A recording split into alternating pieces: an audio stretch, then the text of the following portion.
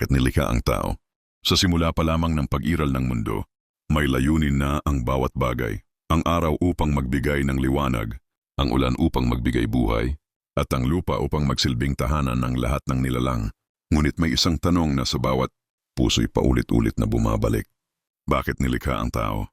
Ang tao ay nilikha hindi lamang upang mabuhay, kundi upang magmahal, mag-isip at pumili. Sa gitna ng lahat ng nilalang, ang tao ang binigyan ng kakayahang umunawa. Hindi lang kung ano ang tama at mali, kundi kung paano magmahal ng totoo, magsakripisyo at magpatawad. Ito ang regalong hindi ibinigay sa ibang nilalang. Isipin mo ang isang harden.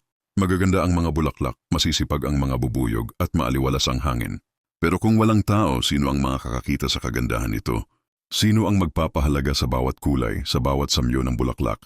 Ang tao ang tagapagmasid, tagapag-ingat, at tagapagbigay saysay sa kagandahan ng mundo.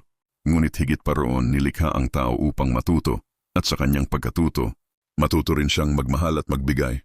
Ang tao ay hindi perpekto, at sa kanyang mga pagkakamali, naroon ang tunay na diwa ng kanyang pag-iral. Ang kakayahang bumangon, magbago at ipasa ang aral sa susunod na henerasyon. Ang buhay ng tao ay hindi palaging madali. May lungkot, may hirap, may pagkatalo. Pero sa mga pagsubok na ito, nabubuo ang pagkatao. Tulad ng apoy na sumusubok sa ginto, ang hirap ang siyang nagpapatibay sa ating loob. Kaya't bawat luha, bawat pagkadapa, ay bahagi ng mas malaking layunin. Ang hubugin tayo tungo sa kabutihan. At sa huli, nilikha ang tao para sa pag-ibig, hindi lang sa kapwa, kundi sa may likha.